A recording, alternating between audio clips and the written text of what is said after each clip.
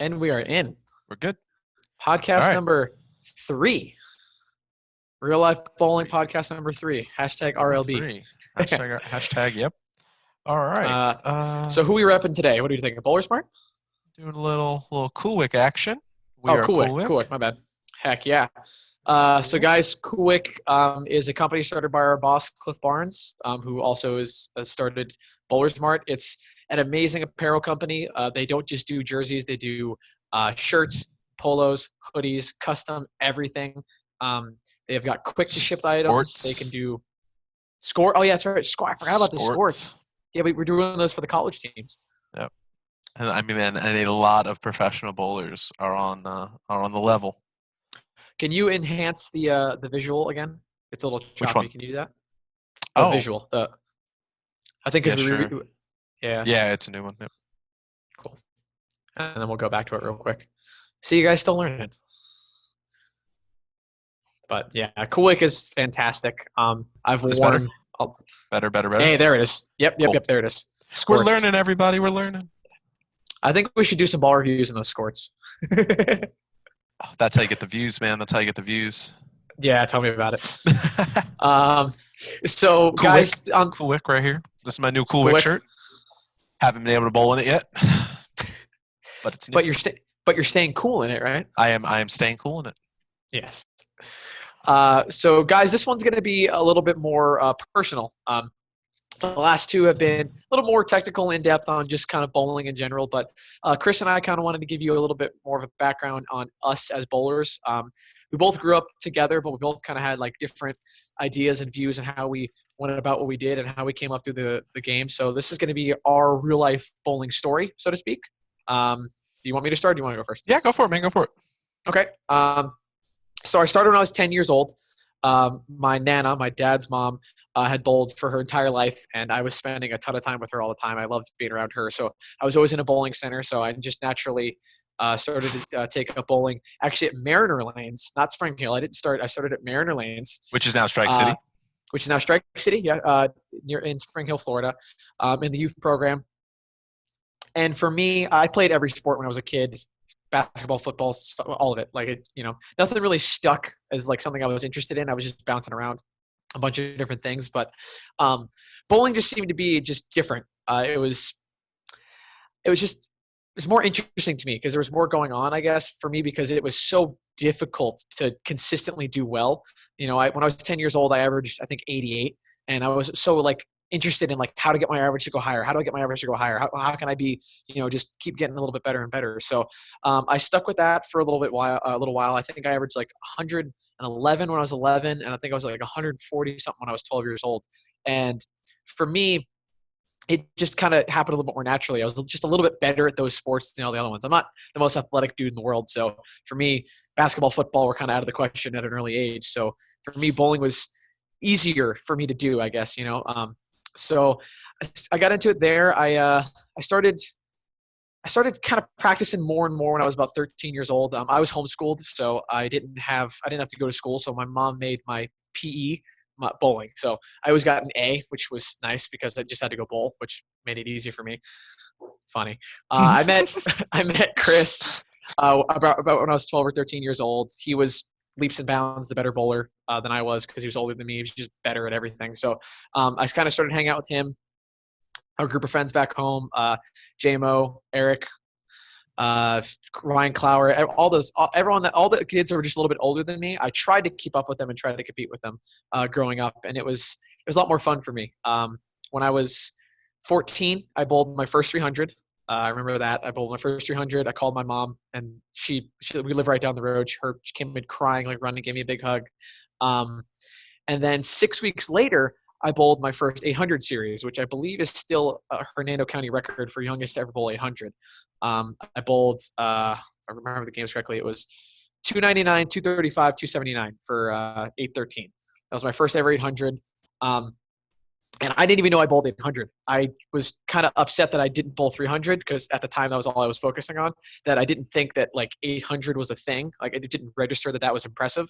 So I was just worried that like, oh, dang, I missed 300 twice because I bowled 299, 279. And I look up and I bowl 813 and everyone's like, That's incredible. At the time being a kid, I didn't have any perspective on what was going on there. So I just remember doing that, and then they told me it was a record, and kind of right around that period of time is when it, like, when you get your picture taken for the local newspaper at 14 years old, you feel like you're a rock star. And for me, that was life changing because I'd never really been great or good, recognizable at anything that I was doing. I was kind of just average, So for me to be a little above average at bowling kind of made it really stick for me, and something that I felt like I wanted to continue to do for a while. So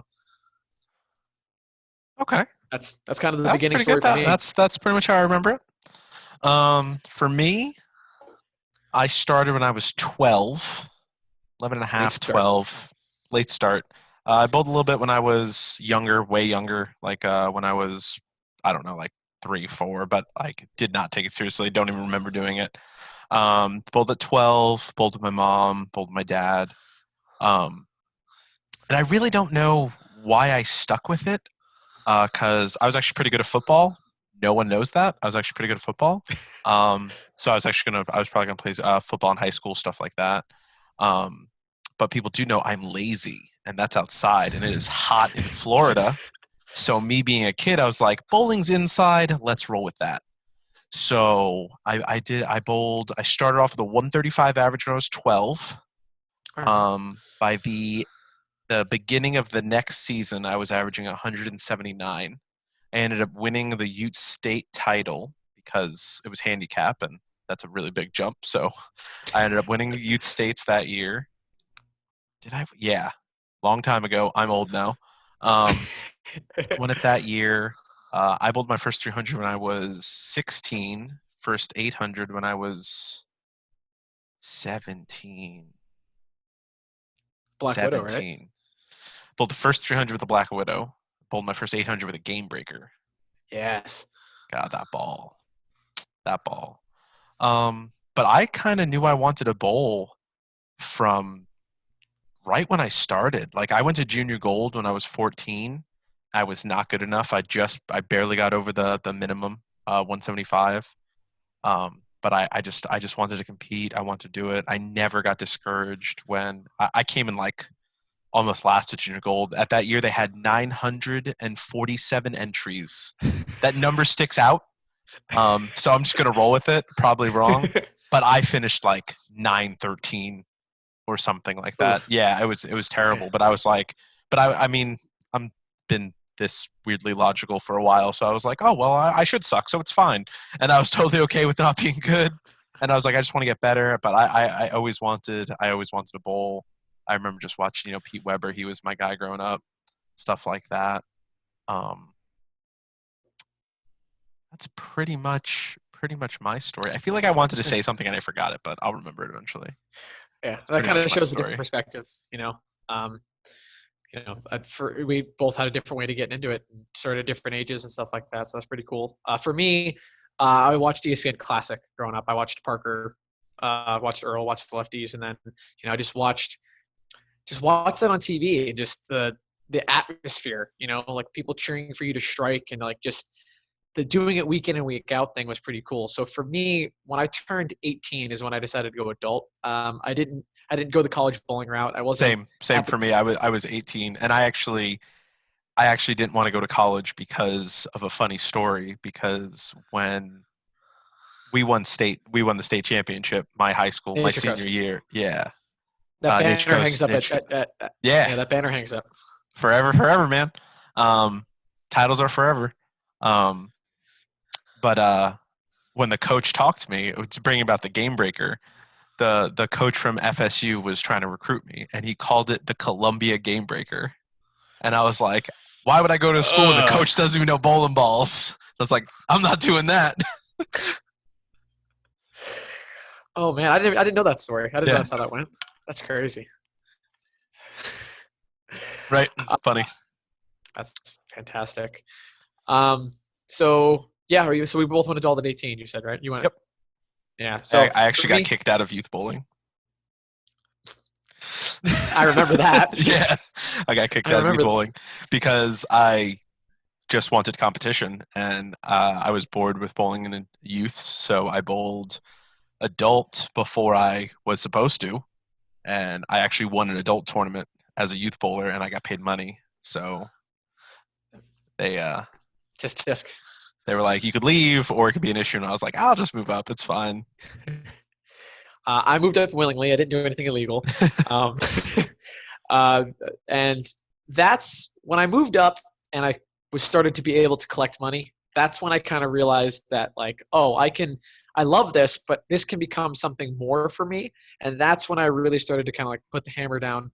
Um, like I was working in a pro shop since I was 16, so I'd worked in a pro shop for a little while, and it was cool that you get to drill bowling balls and go bowl and stuff like that. But when I moved up and I started to see how much better everyone was, but then have like a little bit of success, I kind of really started to feel like I could do this more. Like I could make money doing it, I could support myself doing part of it and things like that. So that's I think 18 for me is when I really felt like I could do this professionally. I didn't think it at first just because I just enjoyed the sport at the level I was at. I didn't really have any aspirations to get like that good. I really wanted to be good in my little group. I think it's actually as funny as it sounds. It was worth more to me impressing you and the guys that we hung out with than it was. It always starts like that. You have to beat your group, because if you can't even beat your group, then you can't imagine being better out there. Yeah.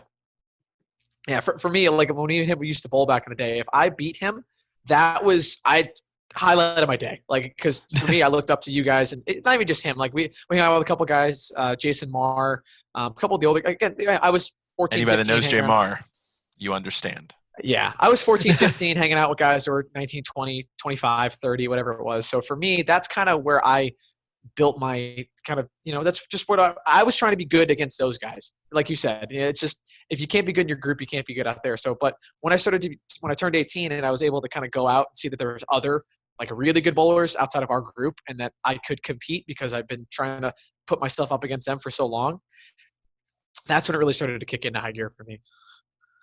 For sure. So when was your first PBA tournament?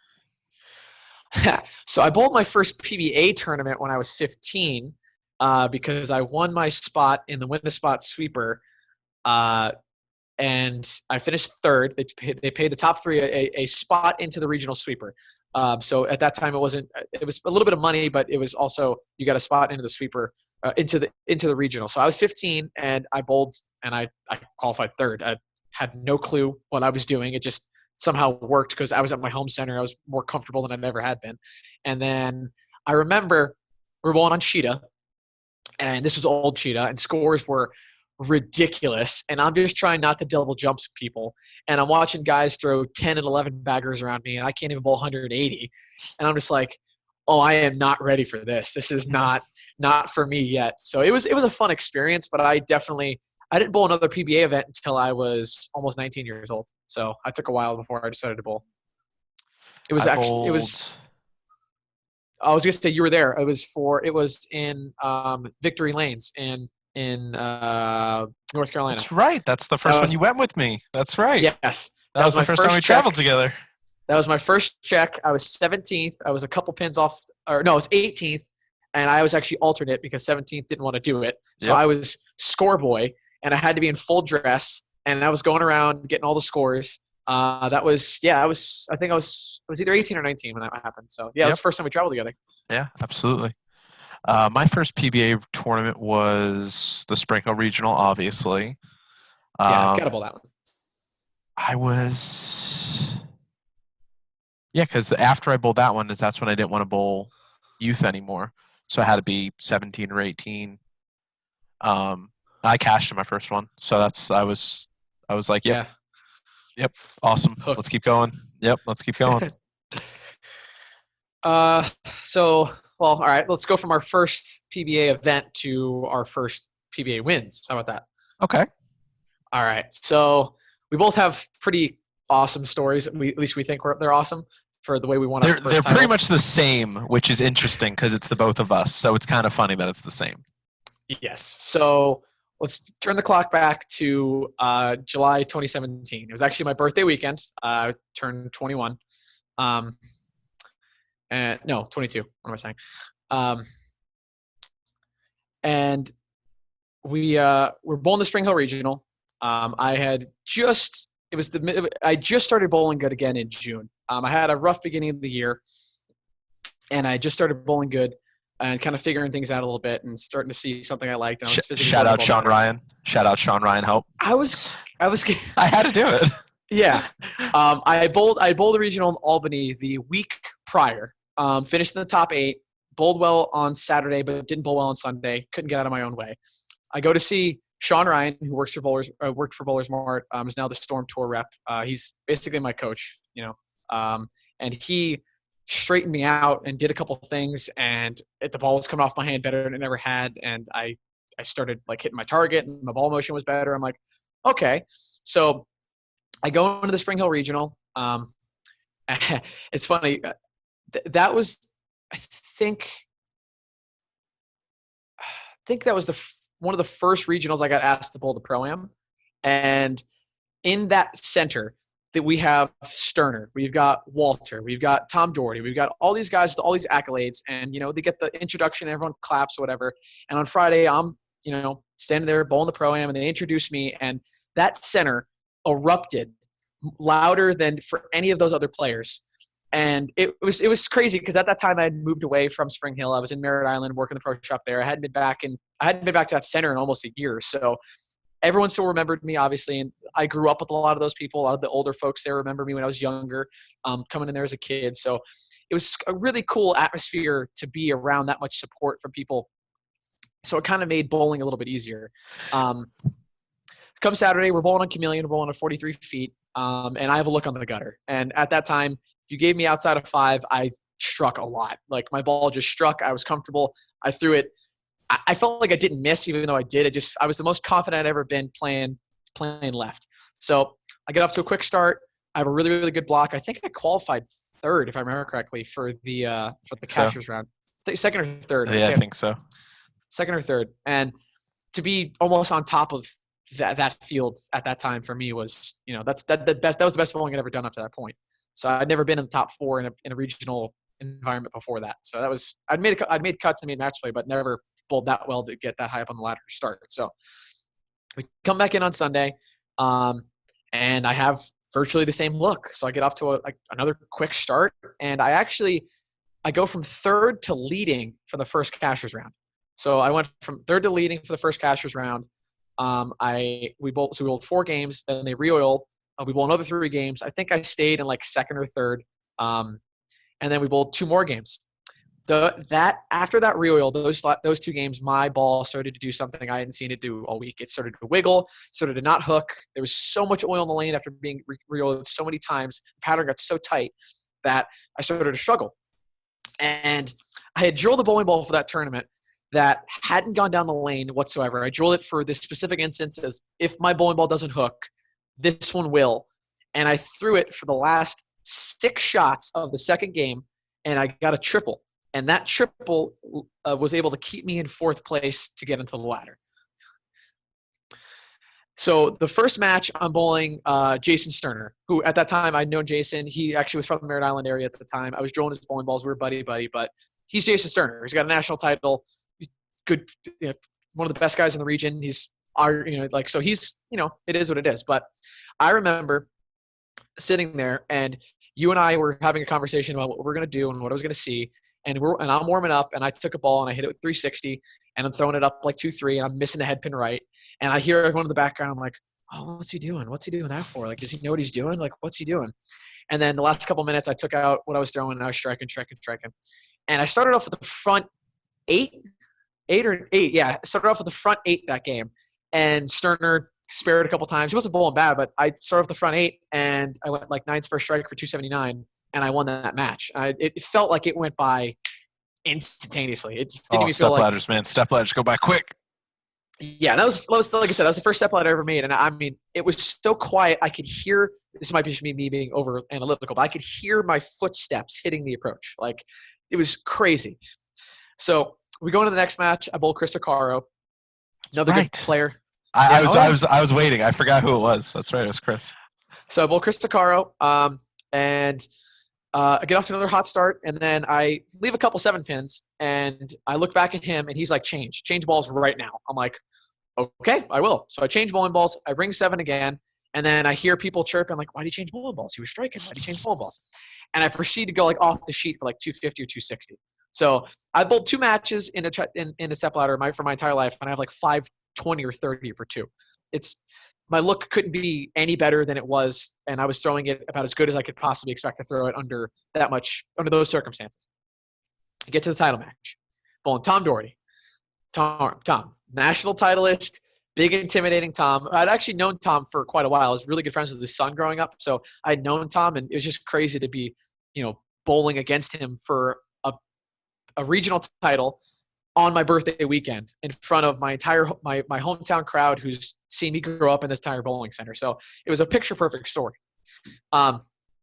Again, I'm looking back at him. He's sitting right down there with me, and we're just bouncing ideas back and forth. And having him there to keep me calm was, if he wasn't there, I don't think I would have bowled nearly as good as I did. I did. I don't know if I might have still won, but he was able to help me just shut the brain off. And he was the second pair of eyes that was like, okay, yeah, you need to do something different. Where me, I might have second guessed myself because I'd have been like, I'm under all this pressure. Let me throw it better.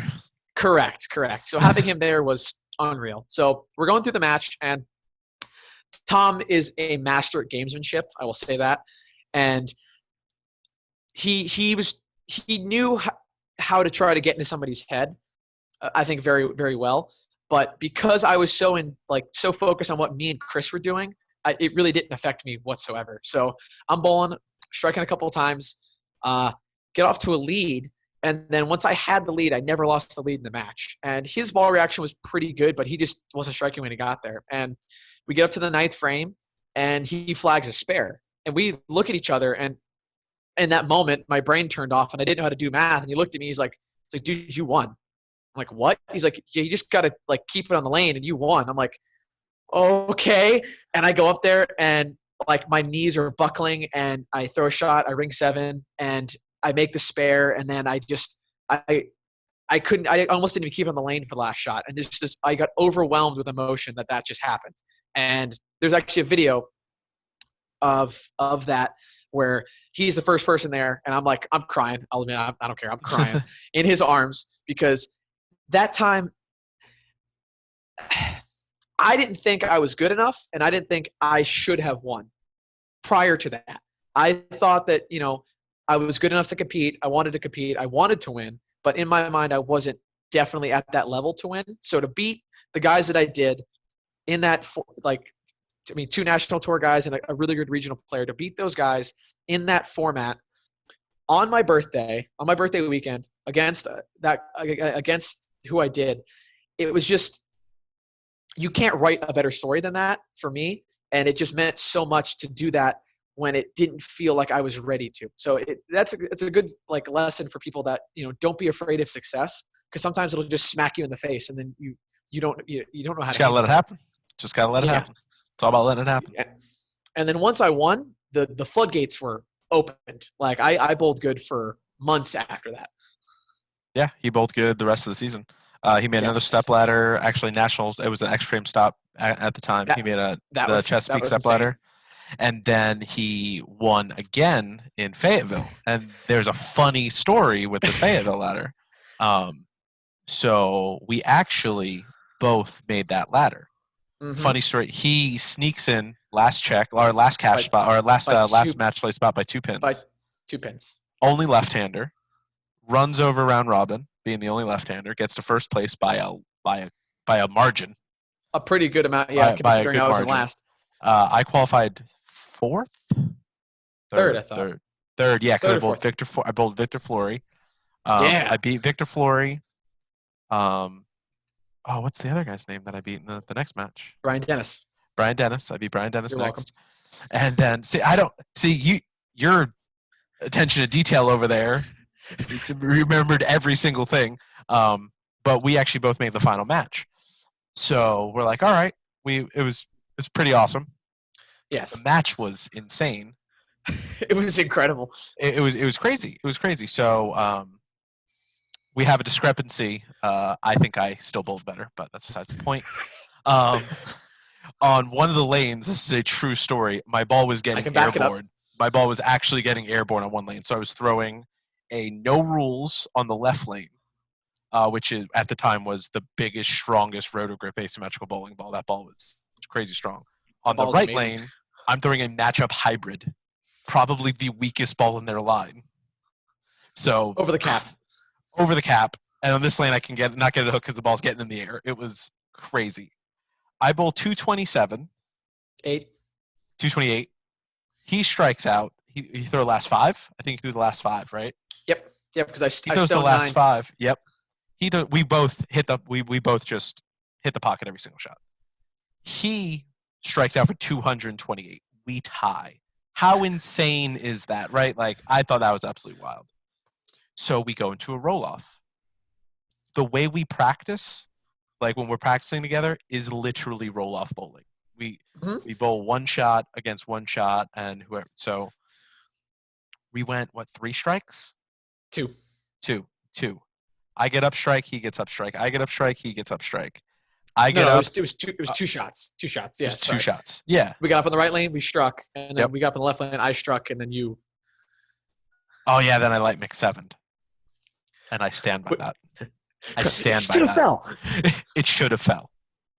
But I think that's an insane story that we've actually seen each other in stepladder, and we tie, and we go into a roll off for my first title and his second title of the year. I mean, that's just a crazy story.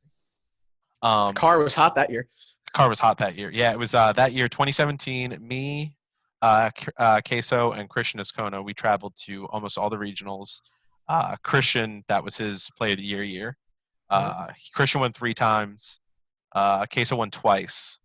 I had no wins that year, but I was in 3rd in the region because I made. That's how you bowled good all year. I cashed in every tournament besides the one Tamarack national stop, extra frame stop, and I made two step ladders in a row. I made that step ladder, and I made the Jacksonville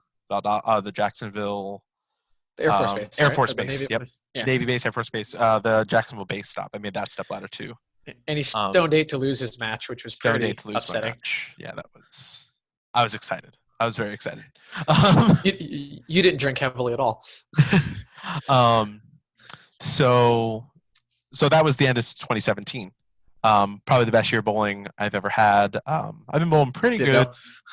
2017 was a really good year though. And then we had 2. I had 2 ladders in a row. We bowled a doubles tournament. I think we finished 7th or 8th. Yeah, we bowled good. Yeah. We bowled really good. Yeah, we finished 7th or 8th at Dick Allen Center up in, after me beating him in the title match. Yeah, right after us bowling each other in the title match, me losing him, we bowled doubles the next month. So that was pretty cool. We bowled pretty good there. So the good bowl was still going.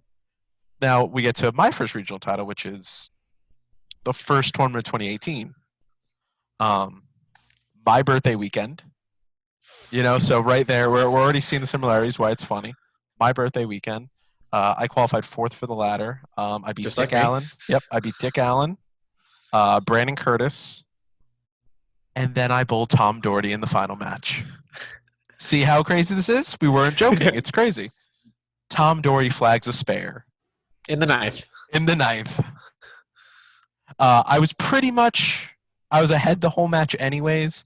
If he would have struck out, I would have had I think I would have had a strike 9 spare or 9 spare strike. It was something like that. Yeah, we were doing the math. Like, okay, if he gets. I didn't need a double. I know I didn't need a double because I had a decent lead. But he flagged the spare in the 9th, and I won sitting right there on the bench. Didn't even have to bowl a 10th frame. You guys made him impossible. Dick made them impossible. Actually, oh yeah, that Dick made them impossible. Yeah, we were bowling. Me and Tom were throwing urethane. I was throwing a natural pearl and a pitch black. Tom was throwing a black hammer. And if anybody knows Dick or anything about Dick, he does not like urethane. And he did his damnedest to make sure urethane was not in play. But I like to mess with him a little bit because I outthought him a little bit. I definitely made a little move, and I actually fought what he did with urethane. I stayed in urethane. Had to do some crazy thing with my hand. Had to like super roll it, throw it at the 3-pin, lock it up. Like it was crazy. But yeah, so that was. But both of our stories, we beat Tom Doherty on our birthday, and Tom missed the spare. Yeah, we both ran the ladder. Didn't have to bowl the 10th frame. That's unreal. Yeah, what are the odds of that? Yeah.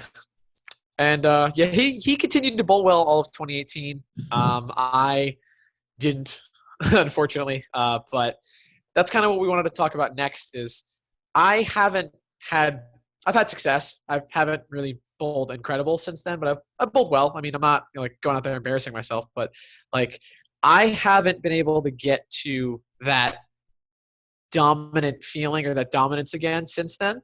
And for me, I feel like it's been 100% mental for me personally because I wasn't ready to win.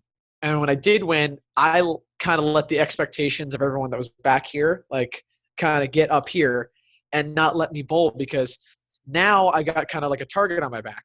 I don't, but I put one there myself, and then I just let the voices that everyone else saying like, "Oh, he won a title. Why isn't he bowling good? He's got 2 titles. Why isn't he bowling good?" And, "Oh man, did you see him? He didn't bowl good." And that I kind of started bowling for everyone else and not for myself. So 28 after coming off probably the best year of bowl, well, not probably the best bowling I've ever done in my entire life. I go to 2018, which was probably the worst year of bowling in my entire life. That's probably big facts. Yeah, consider, let's say I joined the PBA in 2014. So since 2014, the 2018 season for me across the board, PBA locally, everything was the worst year that I'd ever had because I let the outside influences of everyone else, again, perceived, get to me to where I just was afraid to bowl. I was afraid to bowl bad because of the scrutiny. And when I bowled good, at the time there was a lot of left-handed controversy. So if I bowled well, it was because the left was walled or something like Well, that. that doesn't change. I mean that doesn't Yeah. change. I mean, to be fair, It you was, watch Brian Kyle Packy saying that every week. yeah, that was really 2017, 2018 was when the Purple Hammer like really got a lot of like flack for being a left-handed ball. That's when it was really starting to like come around. And or like if the lefties bowled good and they didn't have a Purple Hammer, it was walled and all that kind of stuff. So I really mentally like just lost it for all of 2018. 2019 was obviously a lot better. I didn't get to bowl as much. I actually had some health issues in 2019 that we won't talk about that sidelined me for good durations of time. But I had a fifth place finish at Aberdeen. I bowled well, almost made or fifth or sixth. I got close to the ladder there. I bowled my second PBA 300 in Albany. Finished top 8 there, and I thought they were easy and hard at the same time. Like you could definitely score there, but if you didn't have a look, it was you didn't have a look. Like it just disappeared. So for me, going forward for the 2021 season, because we're not going to have a season for 2020. Yep, no 2020 season, that's for sure. It's going to be just a mental thing for me, just making sure that I bowl for myself. Like I've talked about, I enjoy bowling because it's given me so much in my entire life. So I need to remember why I started doing this and why I enjoy doing it, and just kind of let that just be why I bowl. I don't need to bowl for anyone else. I don't need to bowl to win. Winning is fantastic. Winning is amazing. But if you're just trying to always bowl to win, you're not letting yourself enjoy the whole experience, and then you miss out on things you could be learning because you're always trying. That's almost my exact cycle. I mean, I've had success on and off since I was probably about 23. Mm-hmm. I had a little bit of success when I first moved up. Bad slump, adjusting from youth bowling to adult bowling. Massive. I remember insanely hard. Insanely hard. A lot of people don't. Some people don't even get through it, man. I mean, that it's hard. If you keep fighting, you'll get through it. Had a little bit of success. Won a couple tournaments. Nothing insane. Couple regional cashes, match plays, blah blah blah. And then 2012, I had terrible year. Probably the worst year of bowling to date. Which is awesome. That's so long ago now. That's still my worst bowling. So I'm very happy about that. 23, 24, decent. I mean, just the same kind of. I've been top 10 in the region for a while now. Probably. You won Rookie of the Year, didn't you? I won Rookie of the Year my first year out. Yeah, I won Rookie. Yeah, I always forget that. I won Rookie of the Year. 2009, 2010. Okay. 09. 09, 10. Bowled tour trials in 09. Finished almost last because was not ready for that. But yeah, that's bowling right there. I mean, success is it's peaks and valleys. I mean, it's peaks valleys. I started bowling regionals and really bowling for real. I worked for a while. I didn't really get to bowl full time between the ages of 20 and 25. I was pretty much bowling locally, or regional here, regional there when I could. Pretty much working when I actually had the ability to bowl full time regional wise, and like I bowled started about 25, 26, and then I won when I was 2018. That's when I won. So you're talking 2015 to 2018 was just good bowling, nothing crazy. Since I won, it's different when you win. Like, it's a different feeling because you have the expectation to win again. But it took me so long to win. It was kind of like a chip on my shoulder. Like, where Queso feels he won.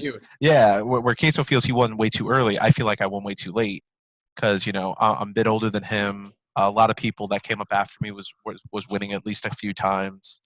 And I was close. I mean, I came in second when I was.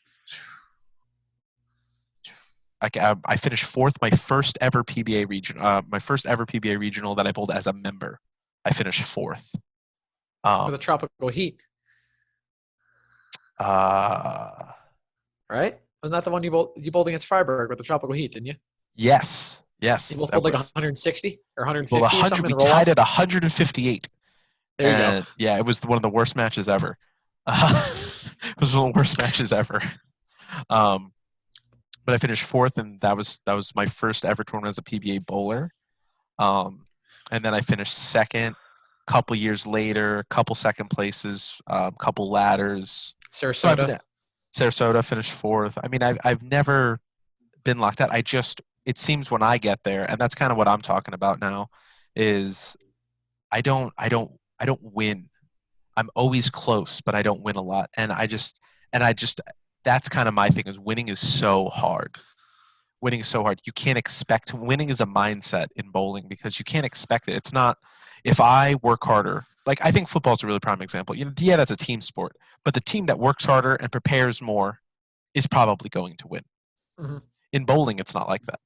The person that works harder and prepares more does not always win. Not at all. That's just not how it works. They have more opportunities to win. But where bowling is more like, the harder you prepare, the more opportunities you give yourself. But that final match, 12 frames, can go either way. You stone the 8, they catch the brook, that's the game. They go front 5, you go front 4 and stone 9.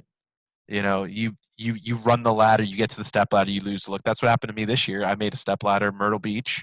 I normally have some decent success in that building. Myrtle Beach, I run over the ladder. I bowl, I think I bowled like 50, 258, 279. And then I get to the final match. I was throwing urethane. I needed to make a move. I took a guess. I went to a 2-inch pinball. Absolute guess. I have no practice on it. I bowled Brandon Curtis. He's also on Motive Staff. Shout out, Brandon. Left-handed too. Yep. And I just lost my look, and Brandon was bowling great. I mean, he was the leader. He bowled fantastic.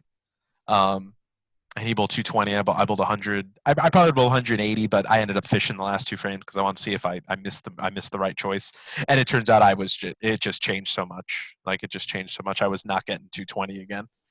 But that's just how it works. Like, that's just how it works. Bowling is so hard to win. And I'm on like a second place streak right now in local stuff.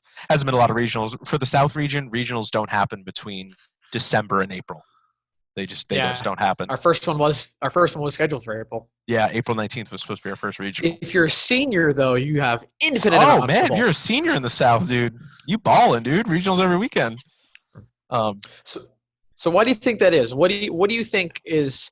I don't want to say holding you back, but what do you think is that factor, that little bit that's the difference between you winning and losing? I tend to win sweepers more than I win in match play. So like a total pinfall thing versus total pinfall thing. Yeah. I have more, like local tournaments. I tend to win those way more.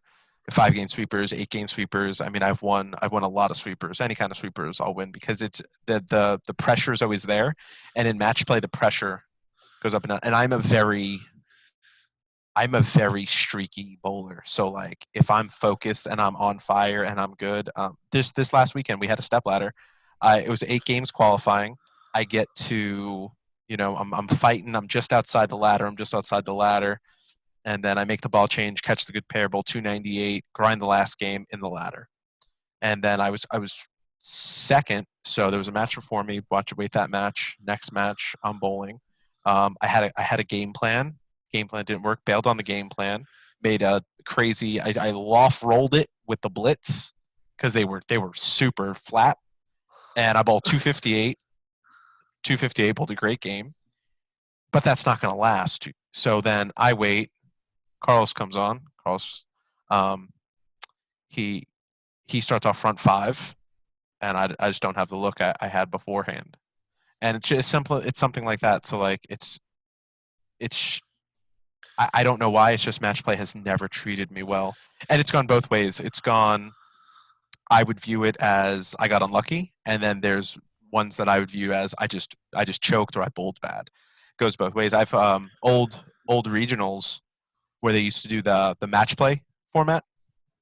I qualified third at one at Spring Hill Lanes before on Viper. I was like 346 over or something. With a 2-inch pin arc travel, right? No, that was on Cheetah one year. That was on Cheetah one year. That was the year that the first round I got ran over by AJ Rice, I believe. Oh yeah, I led by a whole bunch, and then I bowled like 450. They weren't even close. I had no idea what my ball was doing on Sunday. I remember now. This was the one that Mike Williams beat me in. Oh yeah, you were on the dagger. And yeah, I was on. Yep, I was on dagger and Victory Road, and I was like second or third. Yeah, because Mike was 15th. Yeah, so I was second. I believe I was second or third, and I bowled 726 at him, and I lose. I was second high in the building. I had arguably one of the best looks in the building, but the only person higher than me in the building was Mike. So that's bowling. Sometimes you're the dog, and sometimes you're the fire hydrant. I like that one, so I used it. Like that's just how bowling works. Like, so it's just. Then that goes back to what I said last video. It's hard to win. Mm-hmm. Winning is hard in bowling on every level, just simply because there's so many variables. Yeah, and I would describe you as you're a very like rhythmic type player. Like if you're in a rhythm and you can I'll feel 100% feel. Yep, I'm 100% feel. Yeah, 100%. That's for me. That's where he and I are different. Like if like he needs to be in his zone and just keeps that's where he's at. For me, it's similar, but it's a little different. For me, I'm more so focused on all the things that I can control that it doesn't really matter to me, like if it's a 15 or 20-minute wait. I'm trying to focus so much on what I'm doing that's kind of where, like, I'm not going to say I'm good at match play, but I'm better than some people because I'm so focused on me. I really don't care what the other person's doing to a point. So it's kind of – it's a double-edged sword. I'm very internalized focused, so I don't really care what's going on, but that also is sometimes a big detriment to me because I'm so focused on what's going on with me that I'm missing what's going on the lane. So that's where you and I have had the conversations about me getting out of my head a little bit more. But I also think it's an asset when I'm a little bit more focused on me because I won't watch my opponent get a brook, or I won't watch him pick up a split or get a trip two or something like that. I'm really only just going to pay attention to what I can do until the match is over and my score is higher or lower. It just depends. Exactly. No, exactly right. That's exactly right. So, yeah. How long was that? That was a pretty good amount. I don't think there's really a whole lot you can tell about us. I mean, we're different in the same. Everything. Very. Yeah. We kind of balance each other out really well, I think. Yeah, that's pretty much everything about my bowling career. That is our real life bowling story, pretty much. That's about real life bowling story. Hashtag. Yeah. Hashtag RLB. Yeah, share your real life bowling story in the comments if you want to. Yeah, exactly. Yeah, if you want to. We're thinking about possibly, depending on who the guest is, we do want to have guests on this podcast in the near future. We're thinking about doing this with a guest, someone who's accomplished, someone who's a friend of ours, whoever. So if you guys are interested in that, definitely let us know in the comments if you want to see that. If there's anything else you guys want to see, we have a lot planned, but definitely your input has been fantastic through these first couple of videos. It's really driven what we're doing, and we enjoy looking at it and reacting to it, and it's only going to make us better and create a better content for you guys. So absolutely. All right. So like, comment, share, subscribe, all that good stuff. Check out coolwick.com, Bowlers Mart and 12 bagger. And turn on the notification bell so you guys can see when we post more ball reviews, podcasts, all that other good stuff. Yeah, we're going to be doing some pretty cool. Yeah, we're going to be doing some pretty cool ball reviews when we get the chance again. Obviously, we're going to do like a lefty versus righty kind of comparison of ball views on a pattern and on house shots. So a really in-depth ball videos and reviews coming. So cool. What he said. All right, guys. Thanks. All right. See you.